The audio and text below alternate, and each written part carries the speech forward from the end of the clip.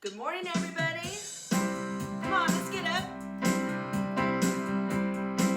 Sing our opening song. I woke up this morning with my mind stayed on spirit. Woke up this morning with my mind stayed on spirit. Woke up this morning with my mind stayed on spirit. Hallelujah, hallelujah, hallelujah. Walking and talking with my mind stayed on spirit.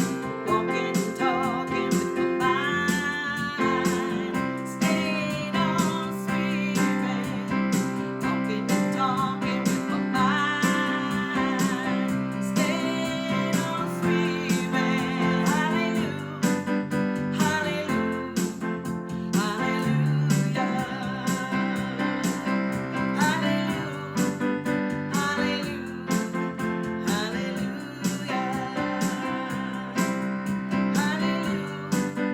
hallelujah, hallelujah.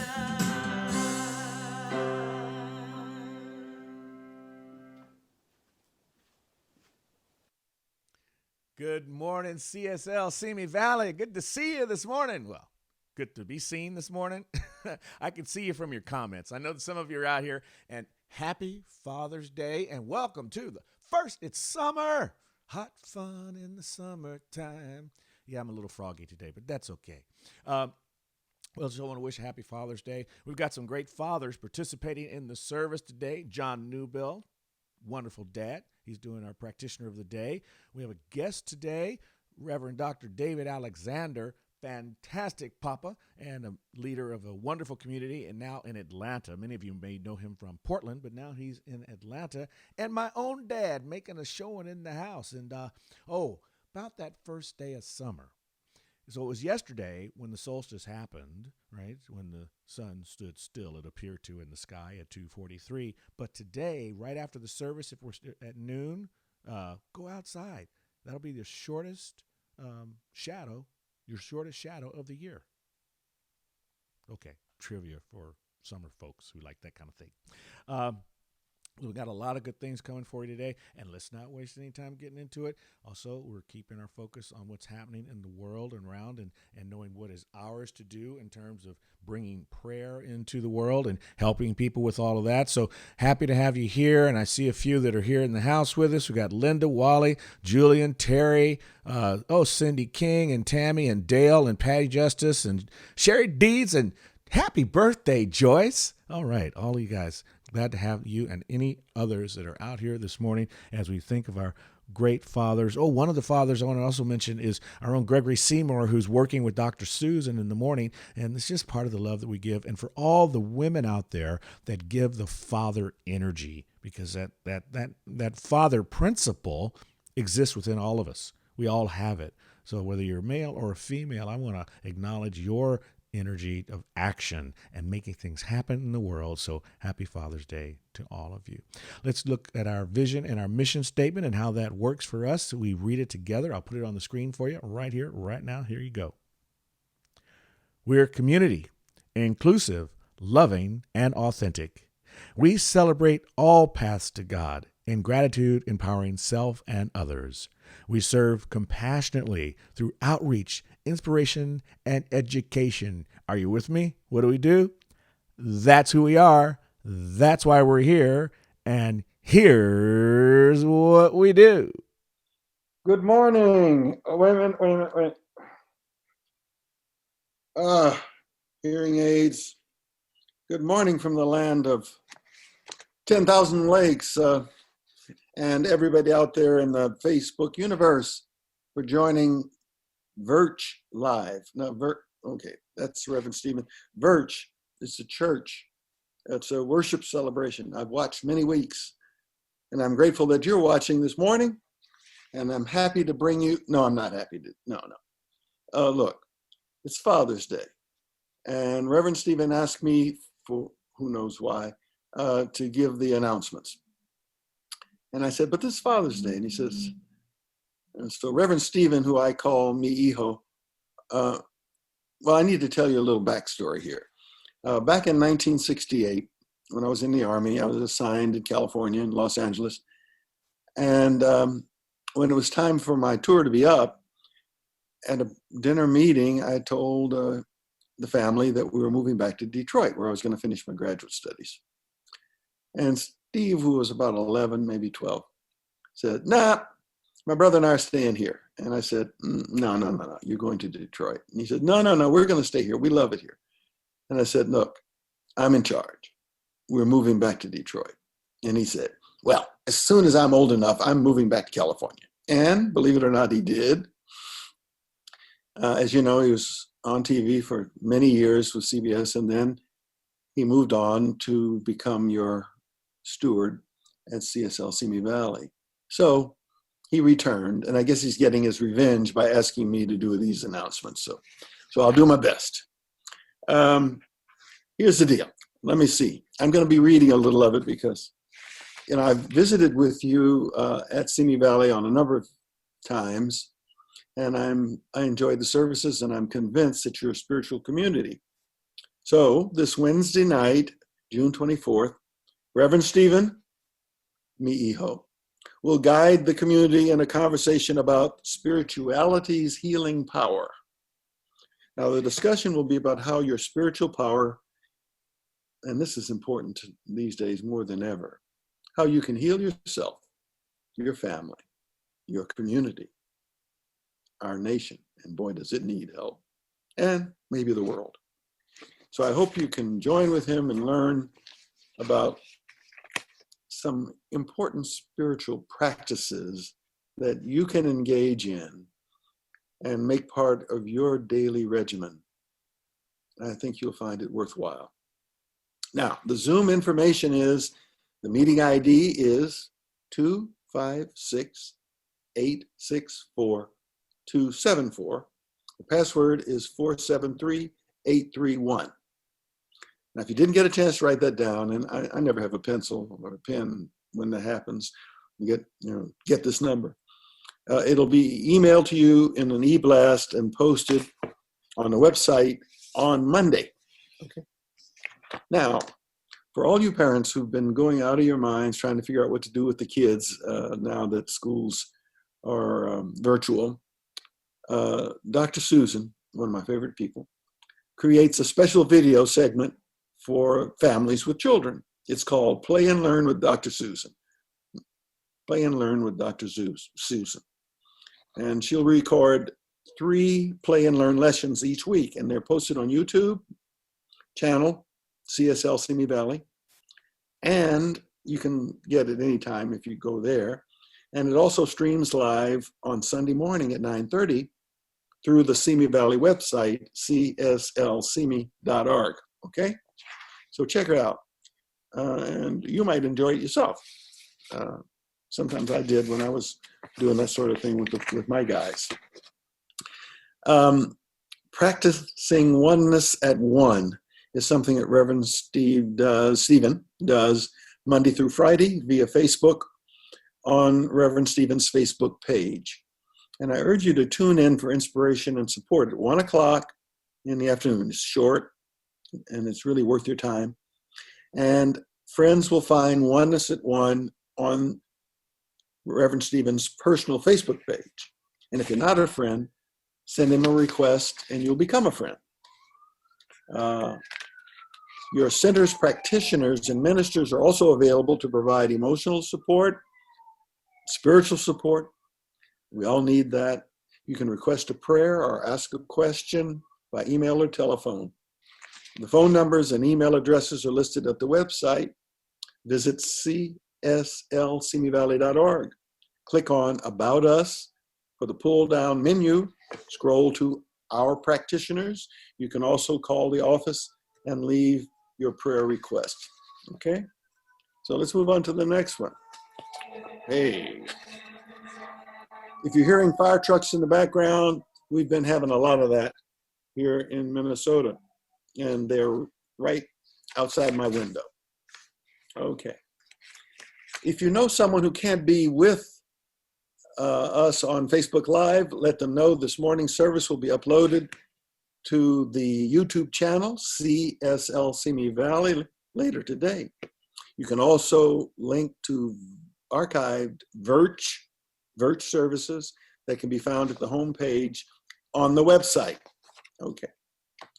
Now, it's pretty clear that we all miss, well, seeing each other. Maybe some of you miss seeing each other, certain folks more than others, but you can post your comments during the Virch Connects Us, and that should be fun. It's a good way that you can figure out a way to see each other.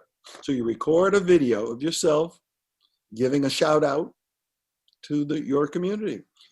Your video should be no longer than 30 seconds. And 30 seconds is longer than you think, so it'll give you time.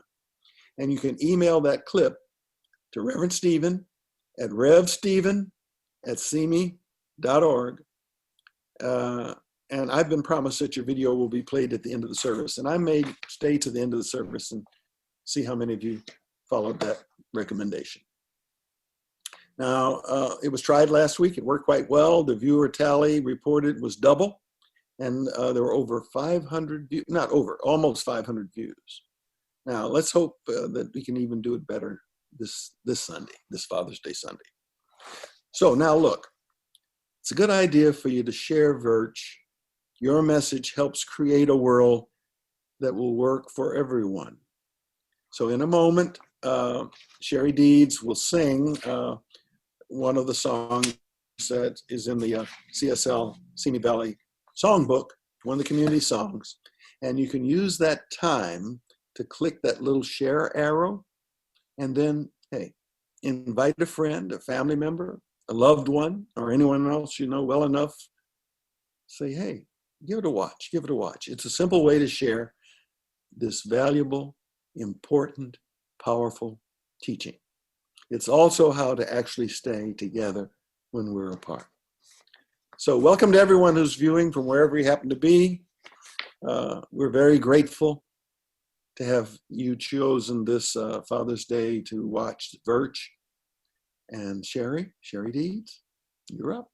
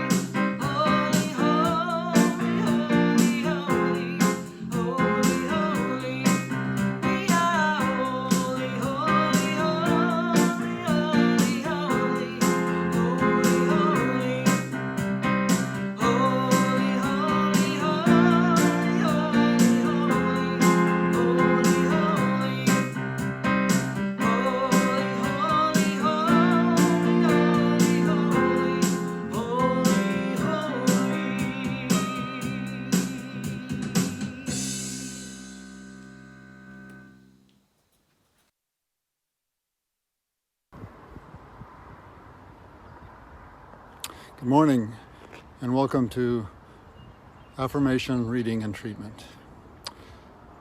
I'll read the affirmation once and then I'll invite you to read it with me. My words spoken with meaning anchored in spiritual truth, create a world that lovingly supports all living things. Okay, together. My words, spoken with meaning, anchored in spiritual truth, create a world that lovingly supports all living things. So my reading this morning is from the Science of Mind textbook, page 31, the chapter on the thing itself. The simplest way to state the proposition is to say that we have a conscious mind that operates within a subjective field, which is creative. The conscious mind is spirit, the subjective mind is law. One is a complement of the other, and no real individuality could be expressed without a combination of both. No man has ever plumbed the depths of either the conscious or the subjective life. In both directions, we reach out to infinity, and since we cannot encompass the infinity, we shall always be expanding and always enlarging our capacity to know and to experience. We need not ask why these things are so. There can be no reason given as to why truth is truth. We do not create laws and principles, but discover and make use of them. Let us accept this position relative to the laws of mind and spirit and see that what we can do with them, rather than how we may contradict the inevitable. Our mind and spirit is our echo of the eternal thing itself. And the sooner we discover this fact, the sooner we shall be made free and happy. The universe is filled with spirit and filled with law. One reacts to the other. We are spirit and we are law. The law of our life reacts to our spiritual material concepts and builds and rebuilds according to our beliefs and faith. So in that faith and belief, join me in an opening treatment. This is what I know. Everything that I see, everything that I experience, all the creatures, all the people, all the things in this world, it's all God. In, through, and as each one of us expressing our unique, individualized self, all divine, all perfect spirit. And I recognize that at this time, the world may seem to be in chaos. But what I know is that though in the relative world things may seem filled with opposites, in God, in the absolute, there is only one. One knowing, one understanding, one truth, one harmony, one love, one peace. One divine spirit that surpasses all understanding. Knowing that out of chaos can come a new expansion, new opportunity, expansion, and healing. Grateful for this understanding, grateful for this knowing. I release my word into the law, and so it is.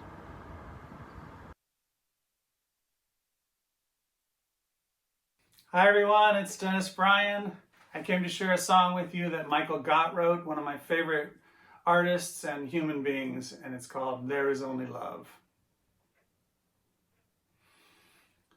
In this moment, in this place, I remember who I am, letting fear and worry fall away from me. I open my eyes to see there is only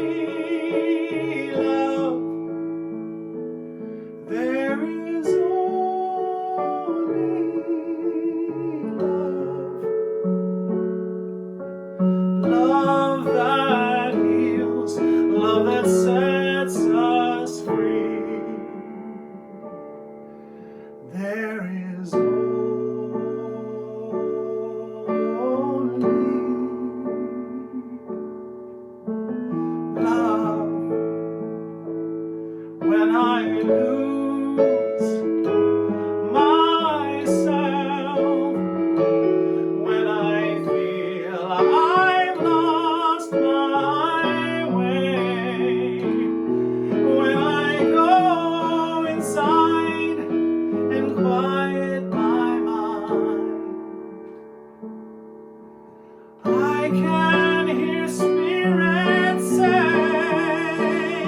there is only love. There is only love. Love that heals, love that sets me free.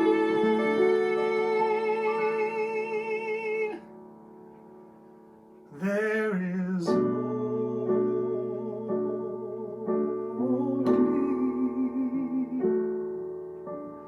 love.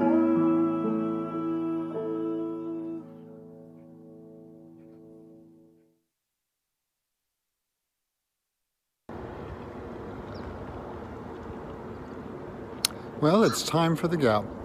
3 minutes of silent meditation in that God awareness place.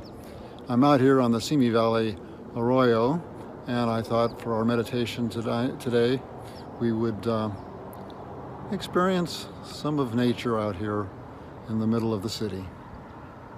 Enjoy.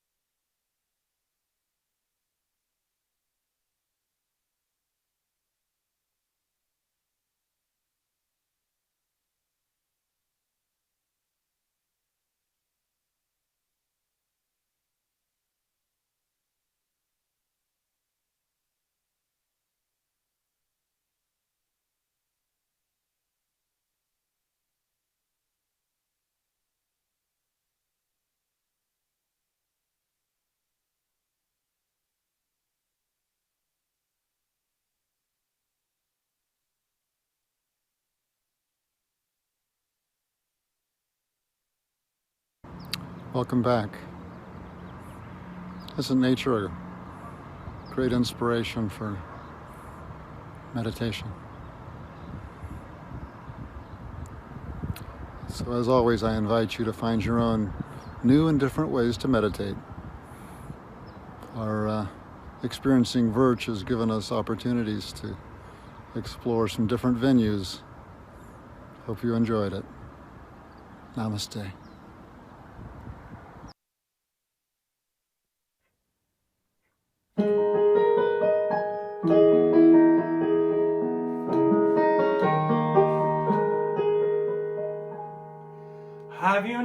just how the blossoms will spare their scent for anyone, for to fight its flowering nature would surely mean to perish. And you yourself are similar. You can share your gifts with anyone, for only what's worth offering is ever really cherished. And so God, let me be a witness to the power of your giving. God, let me witness that power through me. My heart, it never will be empty, immersed in the truth I'm living. As I declare, so it shall be. Like the sun that hangs above me doesn't have to work to shine. I need only just to open, to have this season of giving be mine. As I ask for strength and clarity and the willingness to trust, I am confident it's happening. I am confident it must. And so God, let me be a witness to the power of your giving. God, let me witness that power through me. My heart, it never will be empty, immersed in the truth I'm living. As I declare, so it shall be. On and on, like a daily resurrection, urging me to roll the stone away. And on flows a heavenly connection, manifesting in my soul today. And so God, let me be a witness to the power of your giving. God, let me witness that power through me. My heart, it never will be empty, immersed in the truth I'm living. As I declare, so it shall be. And as I declare, so it shall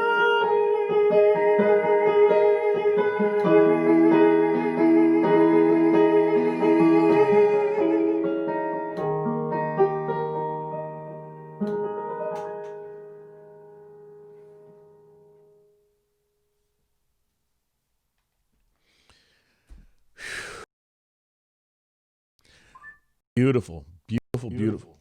I mean, knock that off there. There you go. Dennis Bryant, beautiful, beautiful, beautiful voice. I hope you didn't get an echo there for a moment. May have. And that song, Witness, that's a Margaret Owen song, and you did the Michael Gott song earlier, There's Only Love. And this is the time to see how only love is showing up in the world, and we are getting to be witness and also an activator, activist to things that are happening in our world today. Our talk title today is To Tell the Truth. And when I came up with it, I was actually thinking about the game show, to tell the truth and people standing up. But then these titles, I write them a little ahead of time. But then it's really all of us coming out and telling our truth as we move into a new experience in the world today. And I thought on this Father's Day that I would reach out to one of my colleagues and have him join us for the service. And that's Reverend David, Dr. and Reverend David Alexander from the Spiritual Living Center in Atlanta. I've known him for years. He does powerful work in the community, in the interfaith world. He's a giant in the interfaith world. He's a social activist. And we share things in common. We're both in interracial relationships. He has 2 children from his from his partnership. And I thought that on this Father's Day, it might be really great to bring someone of his caliber to have a conversation with around things that are happening in our world today, how we bring Father principle into the experience, how we bring our science mind teaching into the experience, and that call to action for all of us who are watching the headlines in the news and thinking, what is it that we can do? We had a dialogue today, or earlier in the week, and I want you to join in with me on that dialogue. So I'll roll it for you now. I'm sitting with Reverend Dr. David Alexander from the Spiritual Living Center in Atlanta. With all that's going on, here we are. It feels like a divine providence that you were taking this on for this area of social justice, and now you're in the heart of it, unfortunately, because of what's recently happened. How's that working with you? Right, but both because of recent events in Atlanta, but also just because it's Atlanta, right? So we're sort of always in the middle of it, regardless of whether it's happening here or not. And so, yeah, definitely a divine providence. It was a beautiful thing for me to experience, having an audience that is not just receptive. I think most New Thought audiences are, at the very least, mildly receptive to the ideas of social justice, sometimes a little passively resistant, but there's a mild acceptance. But to come into a community where there's an active receptivity, not just receptivity, but a hunger for the message to be prophetic and principle-based and on target, and speaking to the issues. I've always done that in my 16 years of pulpit ministry, 15 in Portland and now 1 here. I've always been that way. But previously, sometimes people would get sort of tired. Like, if it was a hot topic in the moment, they'd be like, "Oh, I'm so glad you said something." But if I was still talking about it 3 weeks later, then it would be like,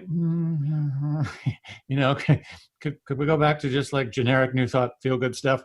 And here in Atlanta, I can weave it in time and time and time again.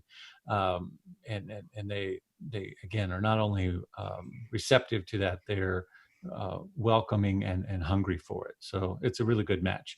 Coming to Atlanta was the diversity was a big issue for my family, and raising mixed children, 2 African American boys in the world today is no small task, and I wanted them to grow up in an environment that was reflecting a positive African American experience back to them, and that's what you get when you're here in Atlanta. That may not be true in all of the South or in every city, but in Atlanta, there is something special here.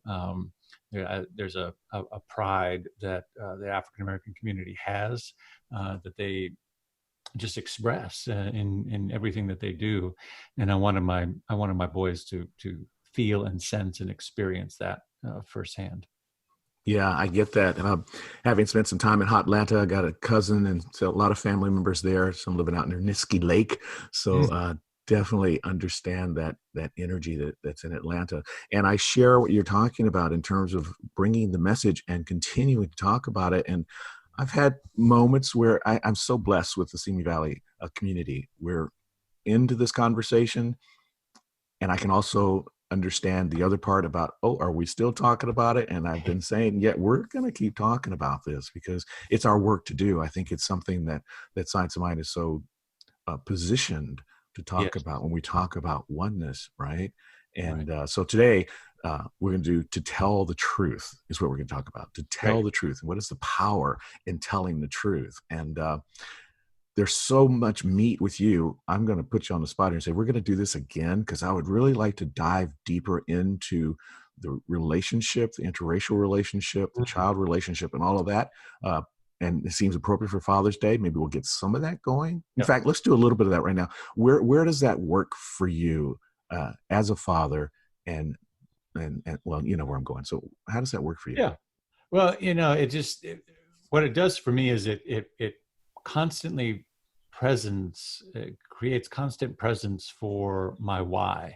I think anybody who, if you're white in America, one of the things I talk to white people about is you need to find your why.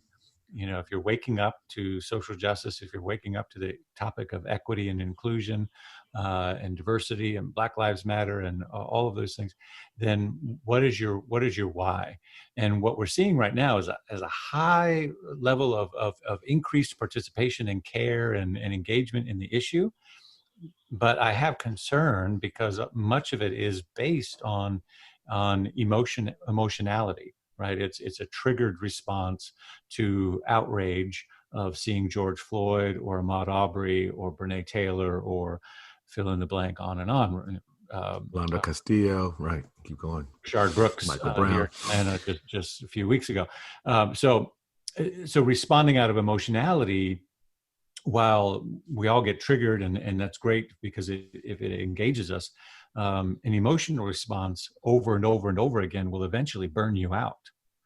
So the high engagement that we're seeing, particularly from the white community right now, they're all going to get burnt out because you can't keep that energy going long term.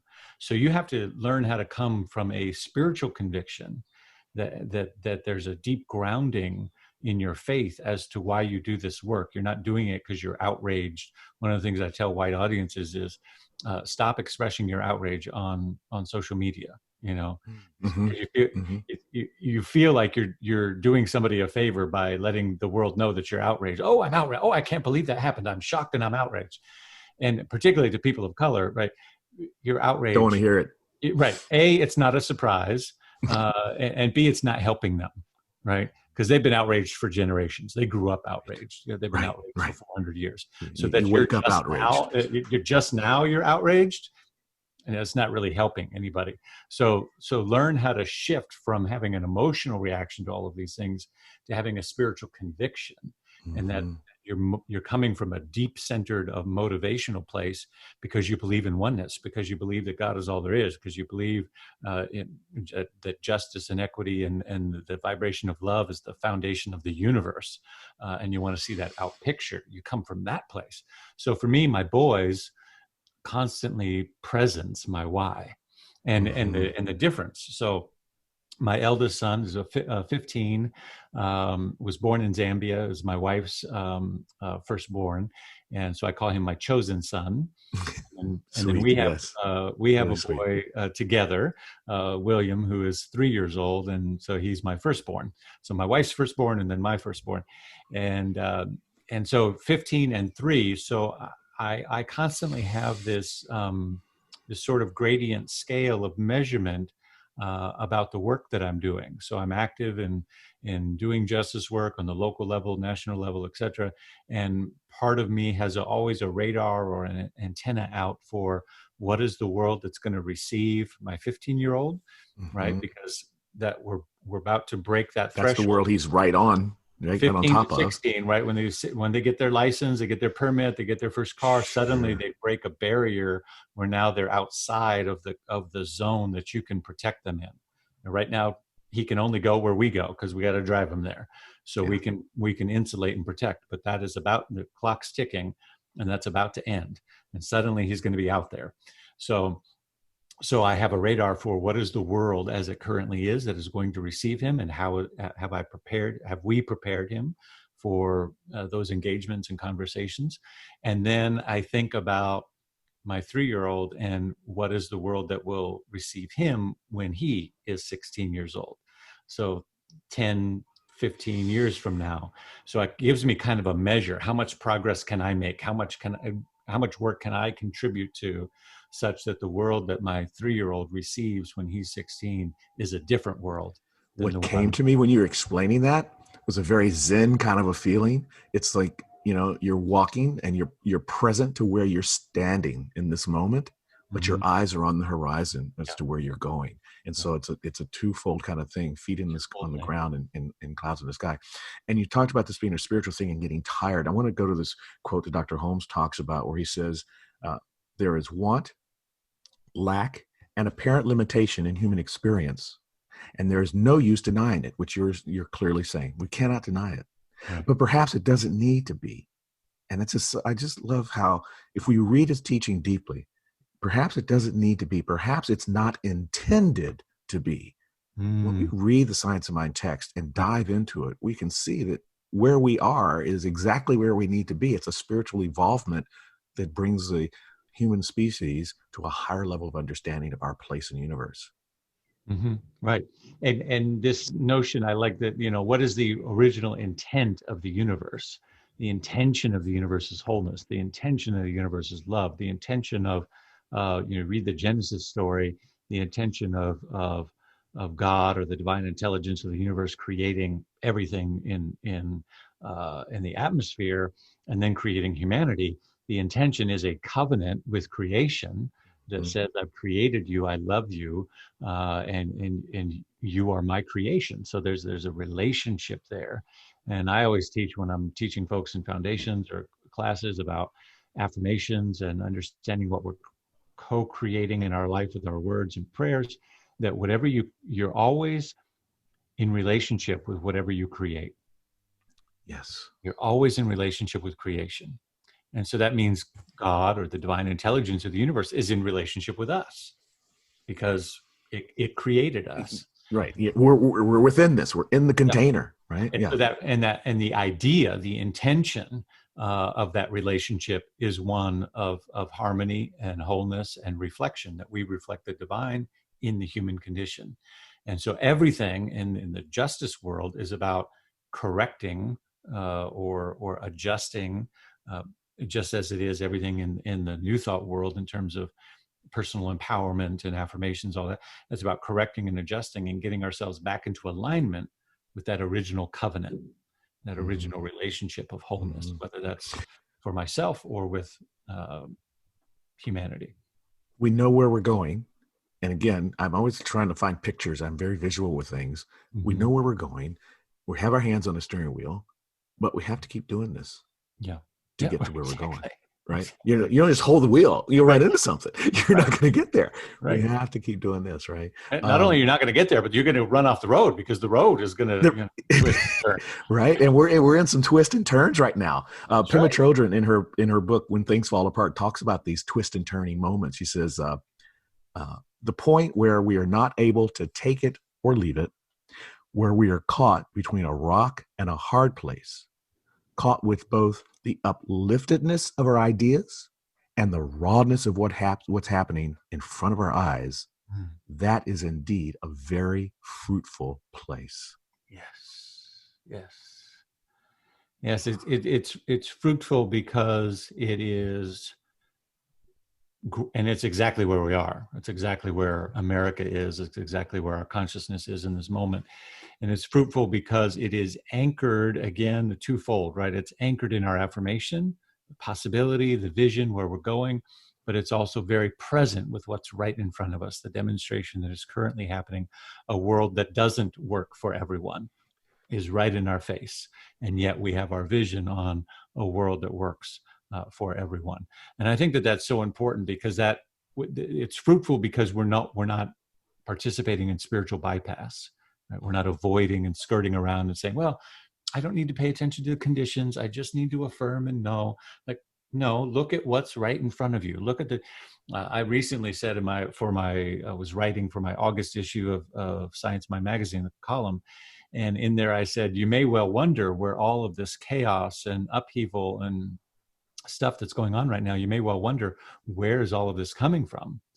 And I said, I have an answer for you. It's coming from our prayer. Yeah, right. That's where it came from.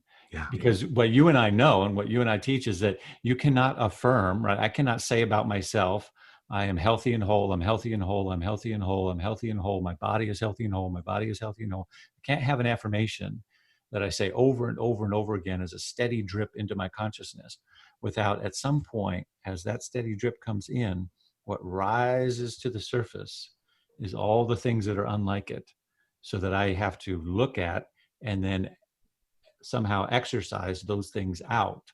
Mm-hmm. That's affirmation and denial. I deny the power of the power that those things have over me. Those are no longer my reality, my experience, and I have to expel them, and I have to undo all of the conscious attachment that I have to all of those things. And that's exactly where we're at. We've been praying and affirming. We've been singing, "Let there be peace on earth." Right. We've been, For 50, 60 years, right? right? We've been holding hands and doing kumbaya. We've been saying we breathe the same air, we drink the same water. We've been, all of these songs, one family, all of this stuff. And so the universe is listening, right? The universe is listening, absolutely saying, listening. Okay, I get it. You're all one, and you're starting to get that you're all one. So here, you need to deal with this. Here's some things on the table. Here's systemic racism. Here's white privilege. Here's this and that. Yeah. Let's go back to the big guy on that, because what you're saying is, we've been saying it all, is what he says too. He says, at some time, some periods of time, for some reason, whatever it may be, and here we are. This is where I love this one. We see more clearly. We think more clearly. We understand more definitely. The thing is more real to us. Then is when you can do your best work. Yeah. This is like, not give up. We don't get afraid of where we are. This is the time to jump into it. Right? Yeah. And to jump in and to keep pushing forward. This is the time for us to do our best work. That is so important, because we've talked about the veil has been lifted for a lot of white folks.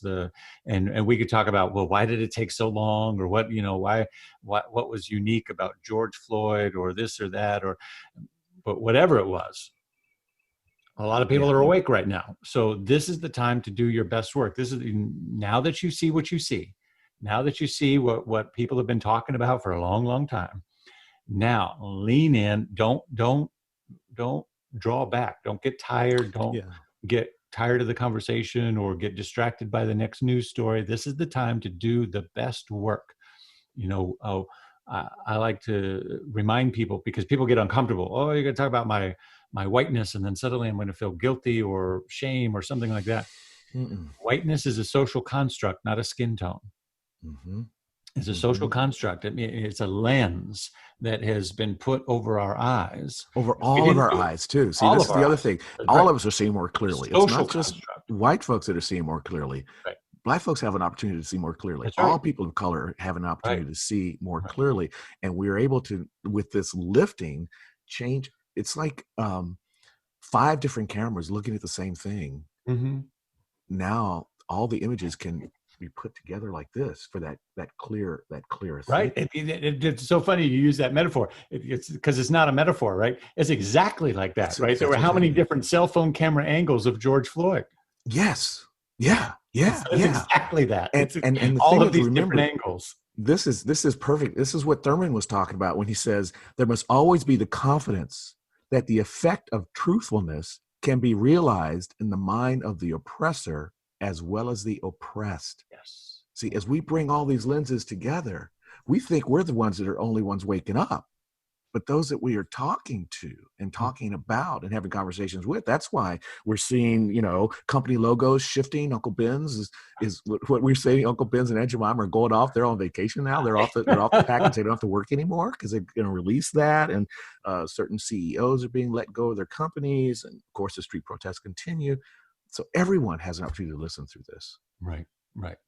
Yeah, that's it. It affects all of us. We all have an opportunity to grow and shift. We can see better. We can do better. This is a time for us to do our best work. And so that's where we need everyone to stay engaged and keep pushing. Let's change the company policy. Let's change the label on the box. Let's, whatever reason, you didn't see it before. Okay, you didn't see it before. But now we can do our best work. And that liberation, which I've always felt that the New Thought teaching is a personal liberation theology. But the thing about liberation, the way it works, is liberation is communal. So New Thought teaches you how to get free from your own fears, doubts, worries, self-defeating thoughts, and all of those things. Examine your own constructs of your thinking. But we live in the collective construct of thinking as well, the race consciousness, right? The collective mind. Yes. And we need to get free from that conditioning as well. And Ernest Holmes says, whatever the mind can do, the mind can undo. So this is that opportunity for us to do our best work, step forward, begin to change and shift those things, and understand that about liberation, that liberation is a communal process, None of us are free until all of us are free. None of us are free until all of us are free. When I listen to you, I get so sucked in. I'm going to have to start waking up early so I can start watching your services. Because I thank goodness for time zones so that can happen. That's right. Right. And what comes to me is how careful you are with the word choices. Mm. And what a wordsmith, what a picture painter you are with words. And this talk is, of course, to tell the truth. I hear you telling the truth. Mm-hmm. We are very fortunate to have the pulpit that we have to speak from this place we are. But everyone gets to speak. Everyone's voice is part of us. Like you were saying before, every voice in the room that was singing, "Let there be peace on earth," dropped a drop of that water into the muddy bucket to clear that water up. Right. How are you encouraging your congregation, who may not be chief executives of an organization? Hopefully you have 100,000 of them and very prosperous. But what do we tell the folk that are sitting around going, what can I do? Yeah. What are you telling your people? Well, a couple of things. One, I follow brilliant people. So get on Facebook and follow Tracy Brown's page, practitioner Tracy Brown's What Is Mine to Do? Because that site is filled with daily suggestions and challenges and resources for what people can do, actions that people can take. There's lots of engagement going on right now in our organization. If people want something to read, I'll say start with White Fragility or Me and White Supremacy. Both of those books are very good entry points, particularly for Waking Up White. There's lots of stuff. There's tons of videos. There's all kinds of stuff. We live in an age where there's so much information. So there's hour-long, those movies and documentaries, and there's 8-minute videos and 3-minute videos on explaining white privilege or racism or whatever. So whatever it is so I would say, just be curious. Have a curious mind. Curiosity leads to growth and transformation. It's the lack of curiosity that shuts it down. When we feel shame, we're shut down to learning. So be curious about your own conditioning and how it came to be that way, and then just get online and do some research, find some stuff. And I've been using specifically, and I'm going to start some groups in our center because it came to me in meditation a while back that we should be addressing whiteness and white privilege like the disease that it is. And what came to me was to use the 12 steps of AA. Sure. And yes. I had powerless that thought. And your life is unmanageable. Oh, right. what a brilliant, yeah. Right. So I thought, brilliant. And I thought, oh my God, Spirit's speaking to me. And I started journaling and writing. And I thought, this is the book I'm going to write. And this is brilliant. Oh my God, this is so perfect, the application of it. And then, of course, I did some Googling and some research. It's already been done. There's a group that's already done it. And they rewrote each of the steps related to, so there's a website called the 12 Steps of Recovery from White Conditioning. Look it up. Wow. It's a very easy blog, and they've rewritten the 12 steps because that's where we're at right now. So that's the work that I'm really pushing and encouraging people to get engaged in. You don't need to do a group. You can start a group in your center. They run just like AA meetings, right? They have the outline for the meeting. It's an hour long. People get to share. What a great way to work, because there are people that have already been on the journey, and the other model of the 12-step program is that there are sponsors and sponsees. So Yes. Joining in and having a guide to work you and to walk you through this process. Yeah. That's absolutely, Okay. Go on, Bill W. You're just doing one step at a time, right? You're not trying to learn everything overnight. It's just one step at a time. It's just one step. And the step where we're at right now is simply step one. It's simply realizing, we have a problem. Right. And our life, our collective life has become unsustainable, unmanageable. Yeah, I think, and actually, we're very much into steps 2 as well. All that are sitting here right now, because that is came to believe that a power greater than myself can restore us to sanity. That's right. And that restoring to sanity is restoring to that covenant that we belong to each other. That's covenant beautiful. Man, this is awesome. I've really appreciated this time. It just went zipping by. I think we went 30 and I was going to go like 20, and I'm not going to edit a piece out of it. So It's a long service today. Sorry, folks. When you get me, you get a long service. That's just the way it goes. that's it. I know. Yeah, David is totally you should see when he gets in his Baptist preacher mode, then you get totally lost. You know, you look at your watch, you go like, no, it means nothing. Don't worry about it when he looks at this watch. I always had to reel it in. They allowed me to go fairly long in Oregon, but I had to be mindful and reel it in. But in Atlanta, they just start hollering back, "Go ahead, preacher, don't stop." You know, they just so sometimes we just let loose. That's beautiful. Well, thank you for your time. Thanks for encouraging us to tell the truth, to speak up. Tell the truth. Yeah. None of us can be free until we tell the truth. Just one more piece to bring that home, you know, relating it again to that 12-step model, right? It's not until, because some people say, well, I'm a good person. I believe in justice. I have Black friends. I love everybody, all of that stuff, right? I see no color. Everyone's equal. I see no color, etc. Right? You can't get free until you tell the truth. Until you tell the truth about what is so, you can't get free, right? An alcoholic cannot get free. Again, step one, until you admit that you have a problem and your life has become unmanageable. It doesn't matter. Everything else is, I can control it. I don't drink that much. It's only on the weekends. It's, I show up to work on time. No. And that's what all that other language is around justice work. And so telling the truth is what liberates us. It's what frees us. When we tell the truth, then suddenly we can get free. So my prayer for your community and all of our communities is that let's get free together. Absolutely. Let's do this some more. This is absolutely beautiful. Absolutely. Thank you, David. Thank you so much.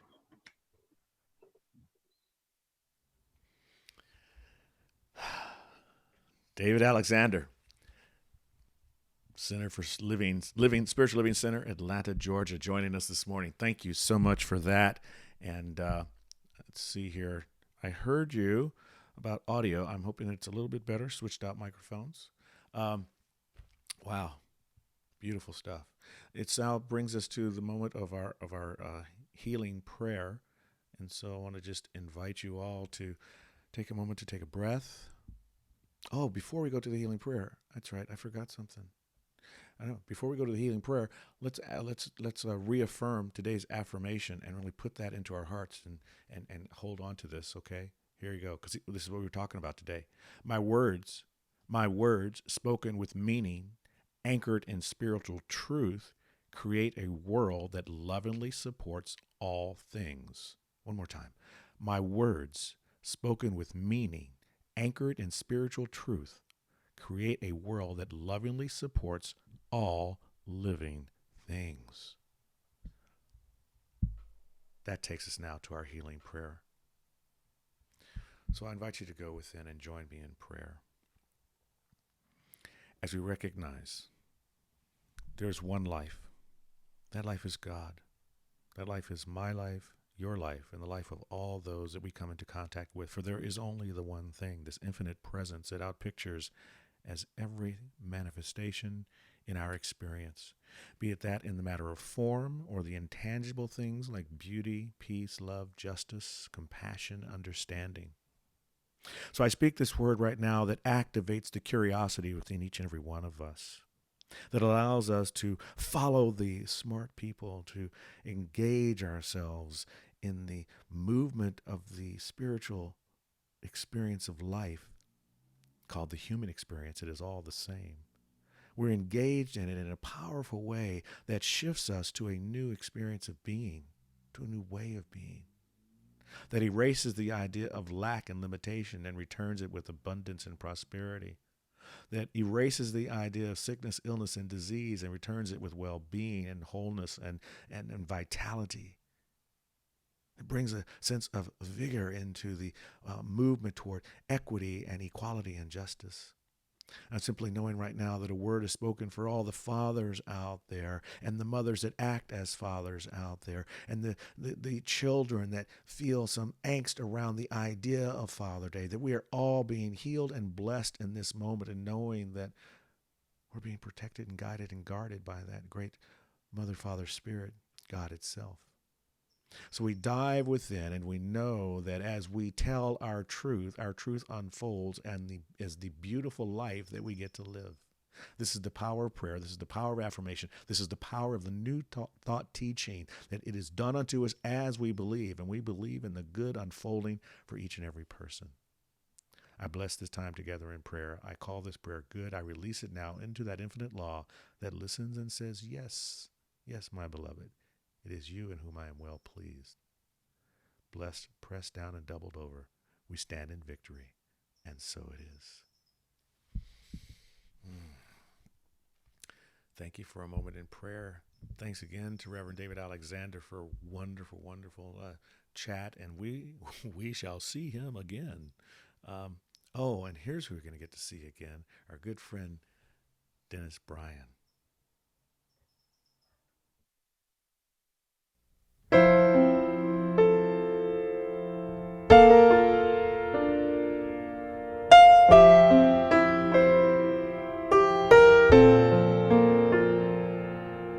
Stay in the place of love. Stay in the place of light. Stay in the place of gratitude. You and I will always be so thankful together. Stay in the place of consciousness, being there to hear the precious message, the truth there. Stay in the place of beautiful, inside out and through and all around you. As everything we breathe is love inspired.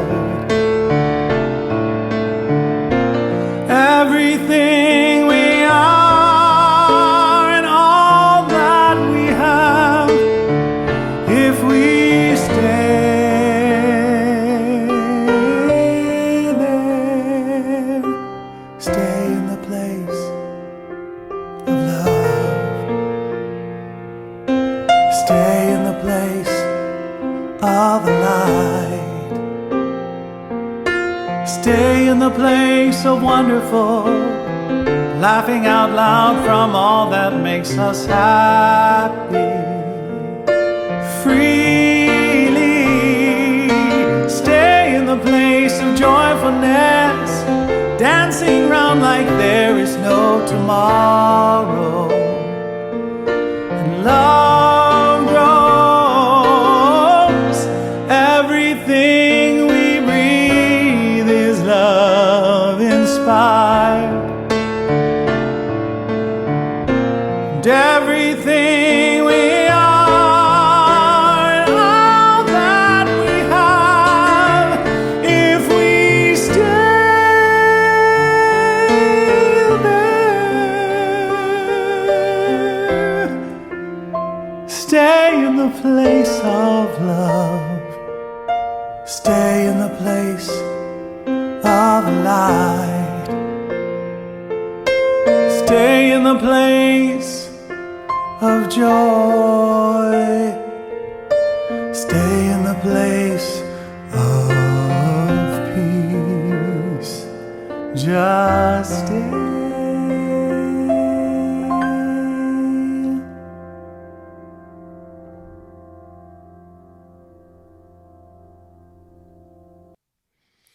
Dennis Bryan, what a beautiful, beautiful voice and incredible talent. So happy to have you creating those wonderful songs, those beautiful videos. And please come back. We'll have to have you back again really soon. Yes, indeed. And our choir loves working with you, by the way. This is our time for giving when we practice the law of circulation. And I want to remind you that we have a pledge that we share each week, and it affirms our good for the Center of Simi Valley, the Center for Spiritual Living Simi Valley, but also for each and every one of us. Anyone that's watching, we consider you a part of CSL Simi Valley. So when we say these words of abundance and prosperity and growth in our lives, we know that it appeals to, it affects our our center, of course, but also our personal lives. So think of this as an affirmation for yourself. In fact, if you want to put your name in at that time, that's fine. And we also have a number of ways for you to give. You can do the text to give. You can do our CSL CME /donating. You can also call Dr. Susan after service, and we're grateful for all the givers who are on the Auto Tithe program that have been able to keep us afloat during this time of COVID separation. So grateful for that. Let's do that affirmation together right now. Divine love, it's doing its perfect work here and now. Divine love harmonizes. Divine love adjusts. Divine love prospers. Divine love foresees everything and richly provides every good thing for CSL Simi Valley now. Divine love is victorious.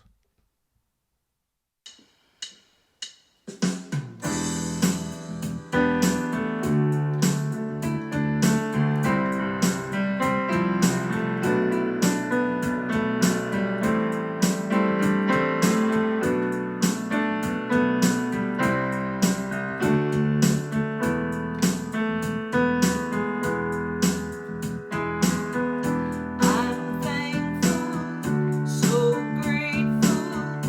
I am one in the spirit around me. I'm thankful, so grateful. I trust in God. I surrender. I surrender. I am one in the spirit around me. I surrender. I surrender. I trust in God. I trust in God.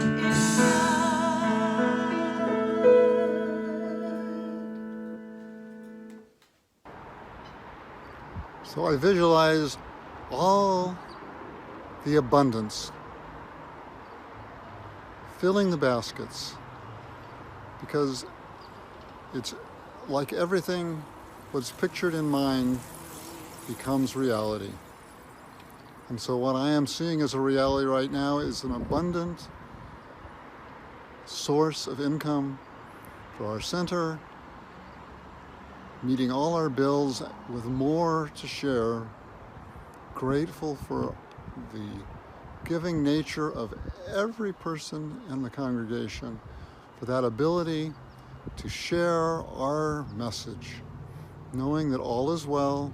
I release my word into the law, and so it is.